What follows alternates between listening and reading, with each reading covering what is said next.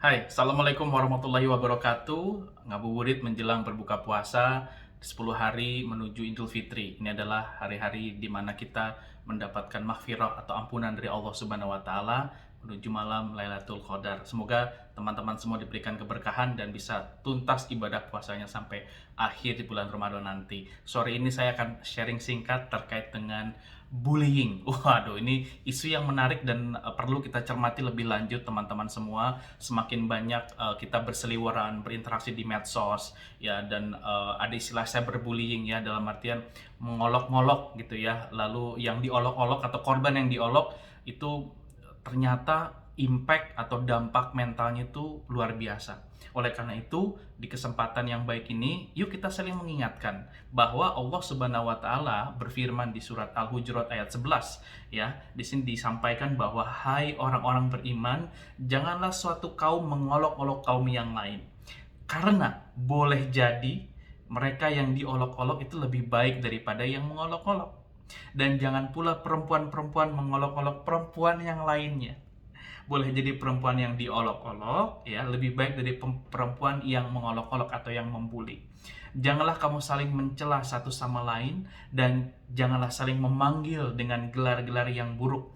Karena seburuk-buruknya panggilan adalah panggilan yang buruk fasik setelah beriman.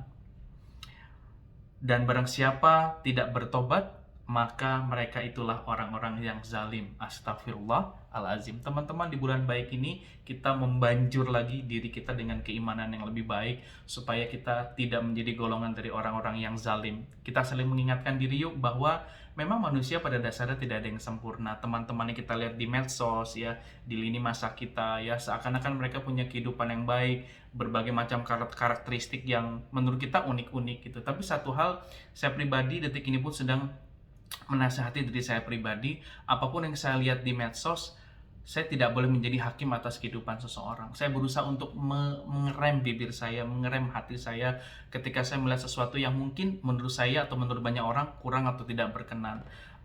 Karena kita sekalinya terbawa atau terlibat ya dalam mengolok-olok seseorang, kita menghina ya, baik itu fisik, baik itu kondisi keluarga atau apapun itu, maka sebenarnya itu nikmat sesaat saja. Sebenarnya kita sedang mengumbar energi negatif. Ketika kita menyampaikan hal negatif, kita sedang mengeluarkan sisi negatif kita.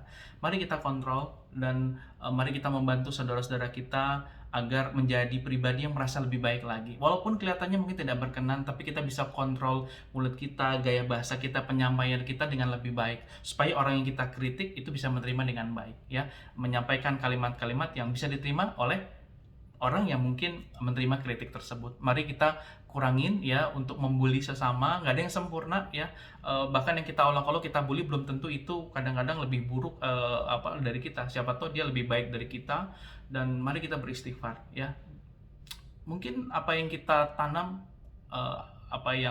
tanam itu juga yang kita dapatkan.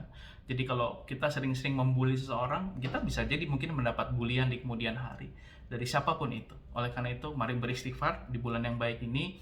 Semoga kita dijauhkan dari sikap dan sifat-sifat yang ingin membuli, merendahkan orang lain, merasa lebih hebat ketika kita merendahkan orang lain.